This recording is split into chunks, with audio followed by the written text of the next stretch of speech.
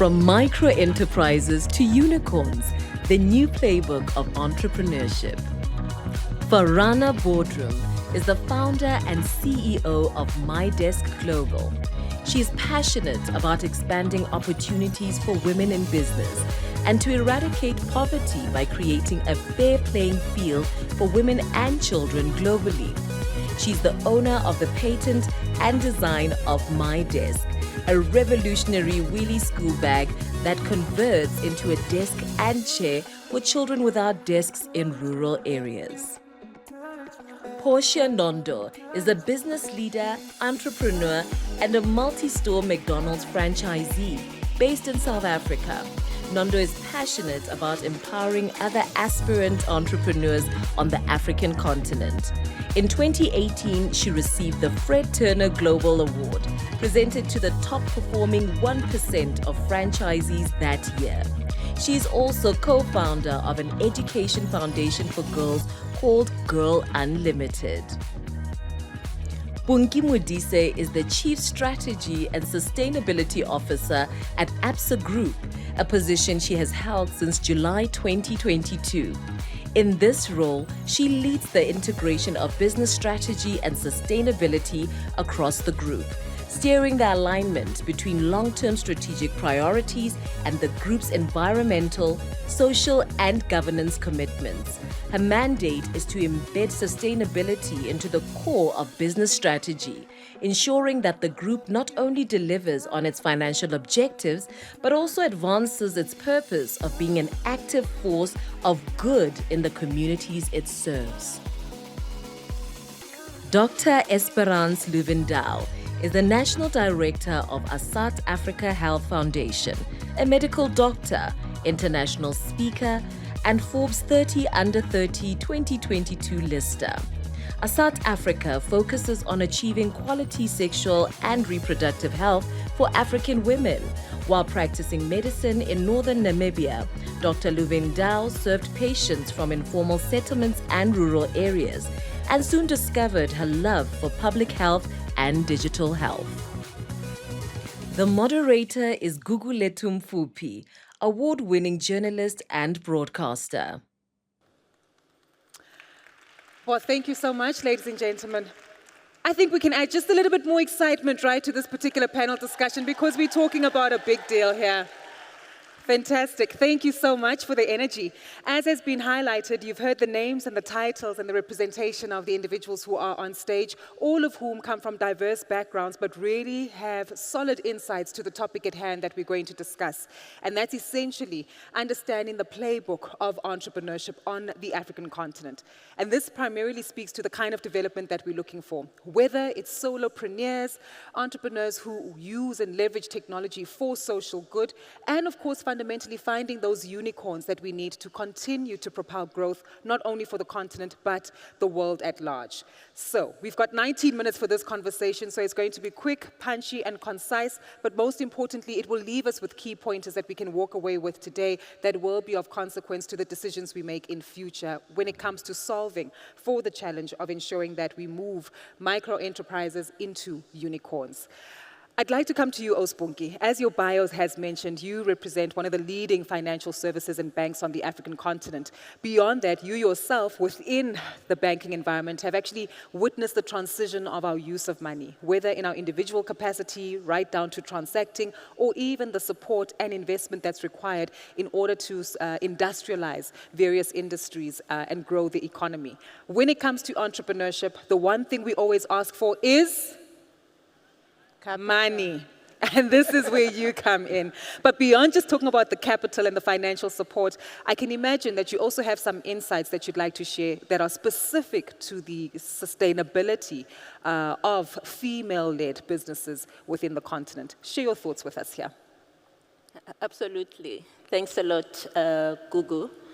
I think the most important thing for me, firstly, is the fact that it is definitely an honor to be present here with everyone, especially ladies in this room, you know, as we celebrate women and we're close to also celebrating International Women's Day. I think, you know, to be here, for me, it's clear that this is a space where we don't just celebrate women's achievements, but also drive conversations that shape the future of the continent, because this continent is all about women, if you think about it. So as we mark, therefore, the International Women's Day, I am reminded of a simple yet profound truth, which is that when women rise, economies rise, businesses scale, and finally societies thrive, because women are actually the ones that drive economic development. So at ABSA, our purpose is very clear. It's about empowering Africa's tomorrow together, one story at a time. And I think we are very deliberate to say it's about one story at a time. So every woman in the room here has a story, and they have to make sure that they focus on driving their own story forward. And so therefore, for me, I think today we are here to talk about the stories of entrepreneurs, but also especially women entrepreneurs, not just entrepreneurs. So we are not just building, I think, the businesses, but they are shaping the industries, that we all aim to develop as we're going forward. Yep. But more so, they're transforming communities and redefining what success looks like across the continent. So the journey for micro-entrepreneurs, in particular from being a small business to being a unicorn, is not just about funding on the back of that. It's about access, which is important, and that is access to capital, it's access to markets, but most importantly, it's access to mentorship. If you don't combine these three elements, at the end of the day, all goes to waste, because we need mentorship in order to make sure that the patient capital that investors put into our business can ultimately return the returns that they are looking for, but more so make sure that they redefine the boundaries of where Africa will find itself as we move forward. So hopefully, that gives you some sense. I think for me, it's the three things. It's access to capital, access to markets, but more importantly, access to mentorship. 100%. Markets, mentorship, and capital, as we've heard. This is where I'd like to come to you here, Portia, because your personal experience and your profile certainly speaks to all three of these dynamics. And I think it's a beautiful follow-through that we have, because you might recall earlier this morning we spoke to the managing director of McDonald's South Africa, who alerted us to the fact that there's been ongoing support for various women entrepreneurs as well as franchisees within the organization. And Portia, you are one of these women. But beyond just being a franchisee, you actually started off your career in corporate, then went into becoming a franchisee, and then decided, you know what, I want to be an entrepreneur who's actually going to develop solutions within the e-commerce space and also support other women. So you've had a 360-degree experience in terms of the capital, the mentorship, and the access to markets that you've required. Maybe take us through that thinking as you've literally walked the journey of solopreneur into now building your own unicorn. What is the mindset and additional support structures that are required in order to walk the journey that you have? Thank you, and I'm honored to be here and to share a bit of my story. So my transition from corporate into a business-related career was really driven by the struggle to want to balance being a mother, being a wife, and doing what I want to do as self.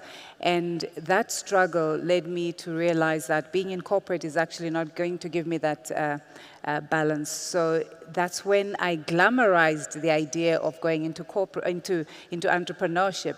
I took the opportunity to join McDonald's. And it wasn't quite as glamorous as I thought, because fast forward in my first fall, and I don't like to call it a fail, I call it a fall. My first fall in 7 years was due to capital. The market had changed a little bit, and my business went into serious financial distress. And I am grateful for that space because it allowed me to reflect and to question deeper as to why am I in business. When I got in, I went in because of balancing, wanting to be with my family, with my children, but I realized that wasn't the main drive. Yeah. And out of that, I transformed. I started off as a transactional business person, but eventually I transformed into a transformational business person or entrepreneur. And it's through that transformation, Gugu, that I realized I'm in business for more than just the bottom line. And my mindset started transforming into what impact am I making? And suddenly the story of transformation took precedence. And I started looking around, what impact am I making through this benefit of being a successful McDonald's franchisee? And I started looking to the communities and identifying those projects that I enjoy. And one of those projects is education for young girls. And I went deep into that. Yeah. And aligned to the values of McDonald's, which talk about being a good neighbor in whatever community we are in. I started thus in the community of Foslorus, which is a township in the eastern part of Gauteng. And that transformative entrepreneurship mindset is seemingly giving me more satisfaction. Right. And from that, again, I reflected on the skills that I've learned through my ups and downs in business. And how can I not share this? Yeah. I mean, I went through a deep, distressing period of 3 years before I came up. And I had to share what I went through so that other entrepreneurs behind me would actually benefit from it. And that's how I started going into another direction of e-commerce entrepreneurship. And furthermore, investigating what other innovative ways can we find in the marketplace, working with the banks, obviously, to fund these high-risk entrepreneurs who don't necessarily qualify when they knock on the banks of commercial banks. And that's led me to my current studies that I'm doing. So it's been a journey of self-discovery as an entrepreneur and seeing how can we impact. And we heard this from the previous speakers that that's what matters. It's not about the bottom line. Yes, the bottom line still matters, but at the end of the day is what are you impacting?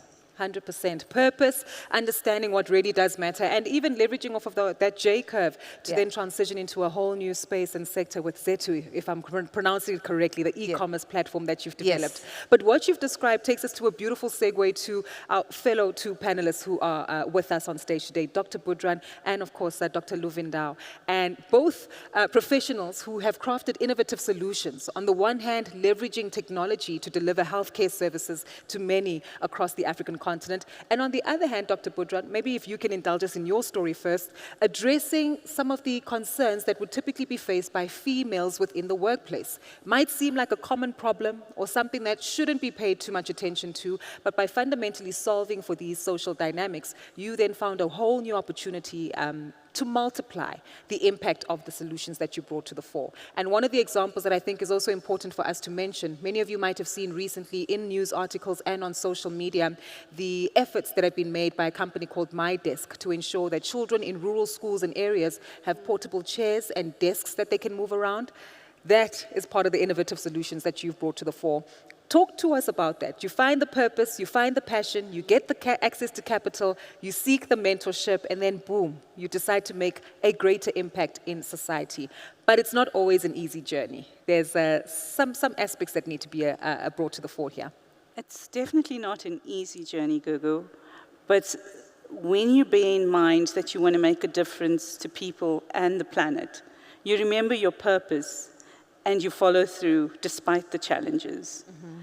It's very important to actually, when you start, to make sure you set yourself up correctly. Make sure you establish yourself with the correct paperwork from the beginning. Yeah. Make sure that your IPs are in place.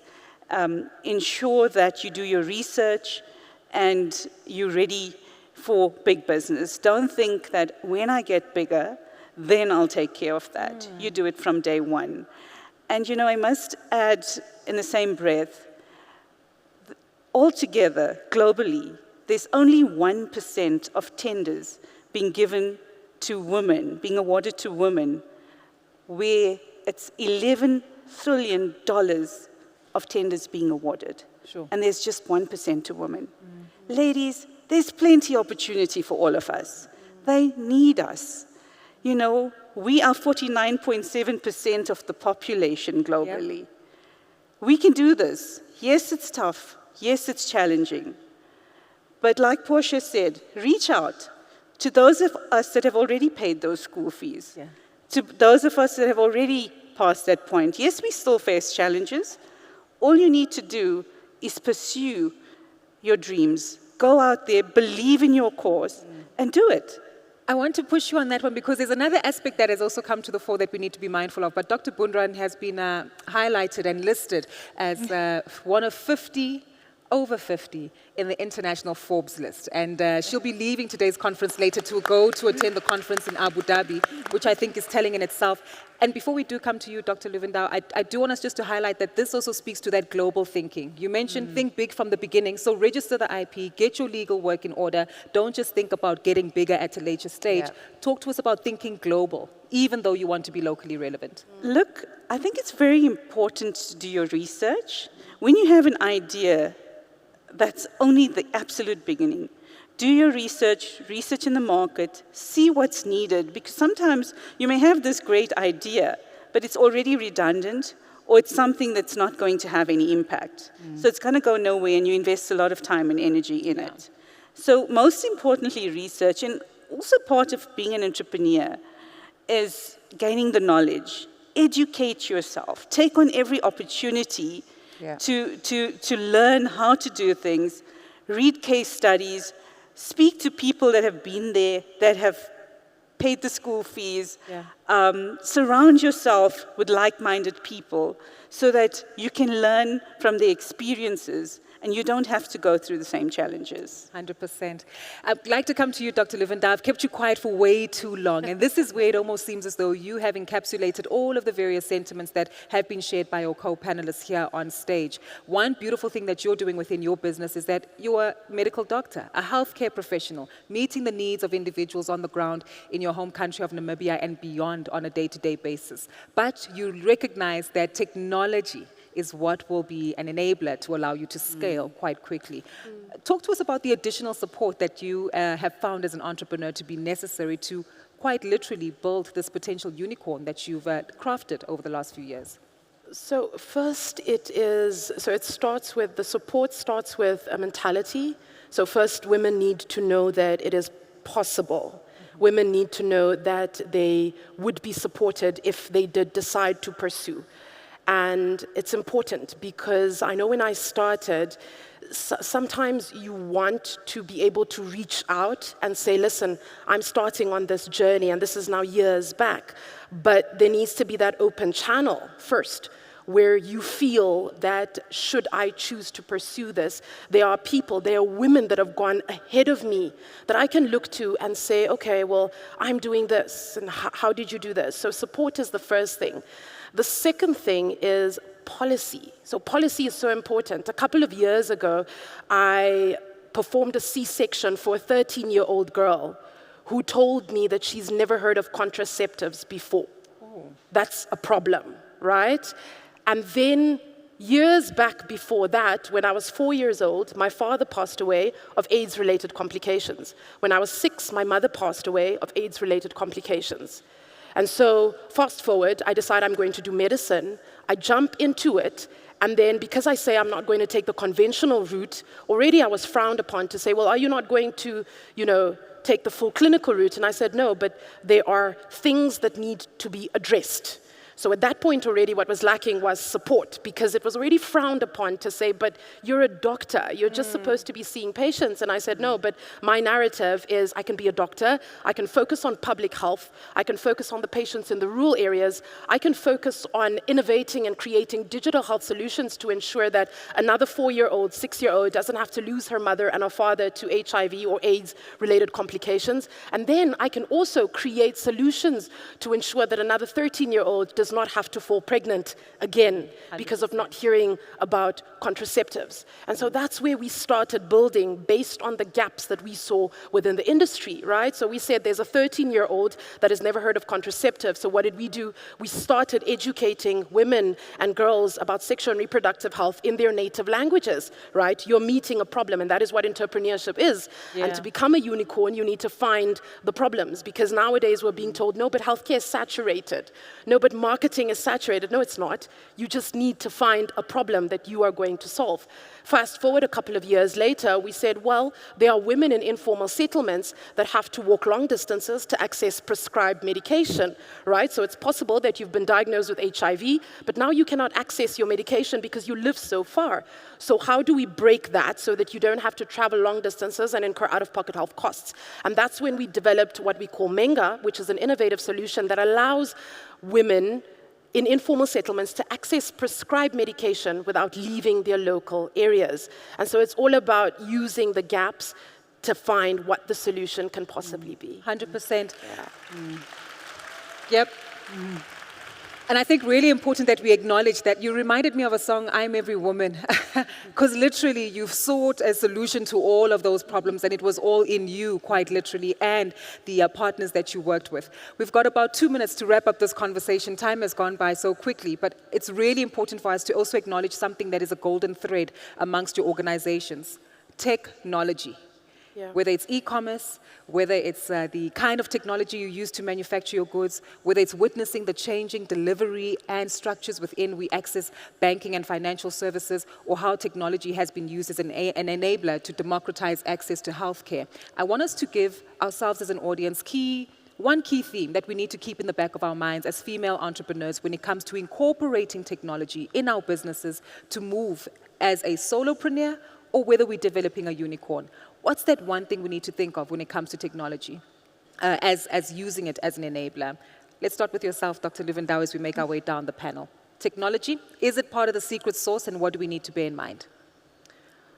Technology is a friend. Technology is a buddy. So there's not anything that I do in my day-to-day life now that does not involve technology. Very recently, we launched our sonar, our handheld sonar probe that weighs 0.9 kgs that you can connect to your cell phone or to your iPad, that allows us, without internet connectivity, to scan women in rural areas and informal settlements for fibroids, maternal sonars, you name it. And so I would say create until the extent to which you have been told it's not possible. Because people will tell you it's not possible, especially when you are trying to innovate in your respective industries. They'll tell you, no, but you're just a makeup artist. There's no way you can innovate. Challenge that. There will always be something you can do. There will be always something you can do to create, to go further, and to be an innovator in that industry. So I would say create. Create technology. Spunky, technology? I think technology, for me, it's actually a breakdown of all the barriers. So it opens up doors beyond the imaginable. So we should embrace it. 100%. An e-commerce entrepreneur like yourself. So I'm going to use technology as the thing that differentiates entrepreneurs when you're applying for funding. If you want capital, venture capitalists, risk capital providers, they look at your value proposition and see where the technology is embedded, because that's the thing that's going to make you scalable and go international. So technology is a non-negotiable when you want to build a scalable business. 100%. Dr. Putram, let's wrap with you.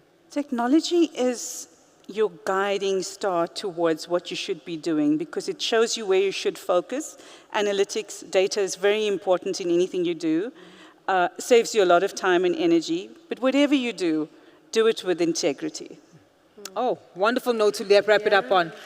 Thank you so much to our panelists. As has been mentioned, access to capital markets and, of course, mentorship remains important. Understand what kind of objectives it is that you're trying to meet within the market that you serve, even if it's using any potential fallings. That's the word you use, not failure, fallings. Fallings, Portia, was it? Yes. Yes. Use that to help propel you to a new trajectory in terms of growth and even transcending into new sectors and spaces. As you've heard, technology is an enabler. Use it. Create beyond what has been set as the status quo, and of course, continue to operate in a realm of integrity. Yeah. On that note, ladies and gentlemen, it's been fantastic. Please give my panelists a round of applause as we make our way off the stage and welcome Fifi back. Thank you so much. Thank you.